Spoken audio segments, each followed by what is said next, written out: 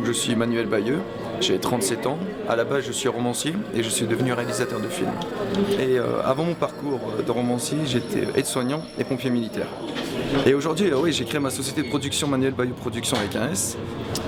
Et ainsi, je ne travaille plus, je ne vis que de ça. Mais c'est vrai que c'est dur, il faut en vouloir, il faut se battre. Mon intervention de ce jour concernera mon livre Les Indes d'année, que je vous présente. Donc de l'écriture à l'adaptation cinématographique. Donc voici l'affiche de mon long métrage qui sortira en avant-première au Gaumont-Coquel, dans le Pas-de-Calais, donc dans la région des Hauts-de-France. Pour moi, c'est une belle avant-première et l'occasion pour moi de faire découvrir aux jeunes, mais aussi aux autres générations du milieu, que tout le monde a des talents, que même si c'est dur, pour trouver des moyens, il y a toujours possibilité de s'en sortir. Donc ça a démarré exactement en mars 2016 et nous avons construit les bases comme un architecte pour une maison du scénario Les Indes d'année pour pouvoir l'adapter au cinéma. Donc bien sûr j'ai pris en compte les goûts des nouvelles générations. Comme maintenant tout le monde est friand de sang et de peur, donc j'ai adapté ça dans le film. Et pour pouvoir trouver les bons lieux, j'ai emmené des gens par le biais de Facebook et Twitter et autres réseaux sociaux. Je leur donnais un point de longitude et de latitude. Donc des fois c'était vers 22h, 23h. Et donc on se rencontrait dans des souterrains. Et là donc on dormait tous ensemble et je leur demandais s'ils avaient peur ou pas. Ils me disaient oui, nous on aime bien ici. Donc après il fallait demander l'autorisation pour pouvoir tourner. Écrire un scénario n'a rien à voir du tout avec la conception de l'écriture d'un bouquin. Et de là, en fait, il faut bien construire chaque étape, donc comme un squelette. Et de là, on s'aperçoit qu'écrire un scénario est bien plus dur qu'écrire un bouquin. Ouais, il y a plein. Et dedans, en plus, on met des annotations sur le côté, on montre conseils. Et c'est magnifique, quoi. C'est une bonne expérience à vivre. Pour l'écriture du scénario, vous avez pris des conseils rencontrer des professionnels? Non, je suis à la base autodidacte, donc j'ai regardé un peu vite fait comment ça se déroule sur Wikipédia, les sites internet. Et après, on rencontre des amis du cinéma qui disent fais ci, fais ça. Tout comme pour le montage de mon film. J'ai rencontré des personnes sur Roubaix, dans le milieu du cinéma. Et de là, ils m'ont conseillé, Manu, là ici, il faut que ça soit plus dynamique. Il fallait que ça percute. Donc tac, tac, tac, tac. Donc il fallait changer les scènes. Il y a même une scène, j'ai travaillé franchement 100 heures pour faire le montage, parce qu'il y a montage brut et montage final. Donc le montage final, on prend les sons, les bruitages, tandis que le montage brut, c'est juste les plans, puis on les assemble. Et après, on modifie tout. Et là, il m'a dit, non Manu, tu peux tout supprimer. Et ça sert à rien, le spectateur, il va s'ennuyer, quoi. Bon, c'est rien, c'est des heures de perdu. Au moins, je préfère avoir des mauvaises critiques pour avancer. Et en tout, donc, j'ai démarré, il faut savoir, j'étais seul. Et on est une petite équipe de 20 personnes. Et 20 personnes, on a eu assez pour faire un long métrage. Même niveau musique, j'ai pris un petit groupe du Doubs, peut-être que par ici vous connaissez, le groupe Synopsis. Vous connaissez?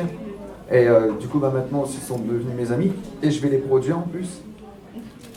Et donc leur musique allait très bien, se mariait bien avec le bouquin.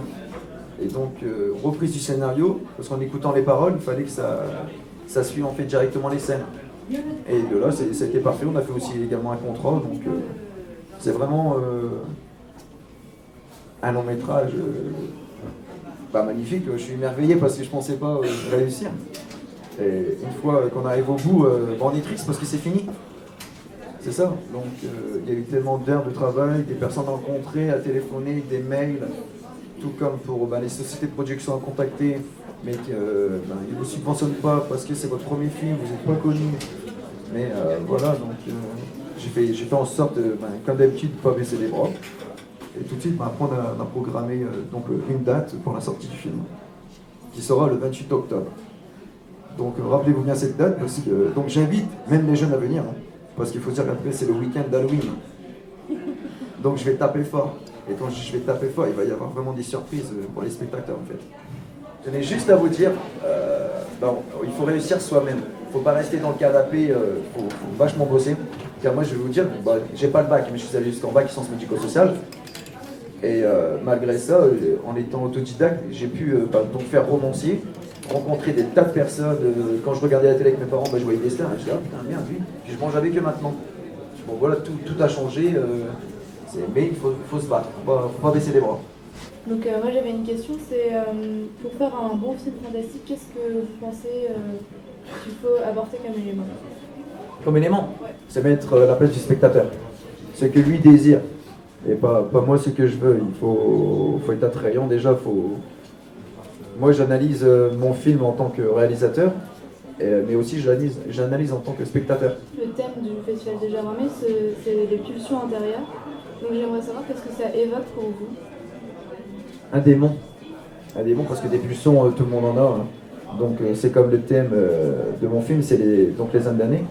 Donc le thème c'est l'alcool. Et c'est vrai que les gens maintenant s'emportent vite quand on boit un verre. Ou soit ils se prennent pour Superman, c'est le cas de le dire, ils ont plus peur de prendre la route en conduisant. Il y a des risques à prendre, il y a des risques pour autrui. Même que ce soit des forces de l'ordre qui interviennent, ils ont peur aussi pour leur propre vie. Mais que ce soit les jeunes, je parle en général, même des personnes de 50-60 ans, le démon c'est l'alcool. Hein. C'est simple. Hein. Et la moralité du film, donc ce n'est pas l'abus d'alcool qui est dangereux, c'est l'alcool simplement. Hein. Prenez l'exemple, prenez l'exemple de vos parents. Des fois, l'attitude n'est pas la même. Quand on boit un verre, il y aura des personnes gentilles, ou des fois des personnes agressives. Et là, on peut parler de vrais démons, en fait. Je m'inspire des gens. En fait, j'écoute, ou des fois, je visualise. Donc, en fait, je m'attrais carrément à ce que des gens, à leur façon d'agir, voilà, c'est ça. Parce que j'analyse les gens, donc comme pour mes bouquins, donc c'est du vécu, donc que j'ai vu. Donc après, il y a mon ressenti à moi, il y a la ressenti de la victime, après il y a la ressenti de la famille. C'est tout un truc que moi j'ai vu, que j'ai pu mettre dans le film. Bien, alors ce film qui sort à la fin de l'année au mois d'octobre, quand est-ce qu'on le verra, Gérardmer? Je vais le proposer, de toute façon, fin d'année, ouais, j'en verrai. Soit j'en ferai un court-métrage pour passer plus vite, ou soit directement le long-métrage. Parce qu'il y a moyen de faire quelque chose, on va montrer aux gens que c'est pas parce qu'on est dans l'ombre qu'on peut pas en sortir.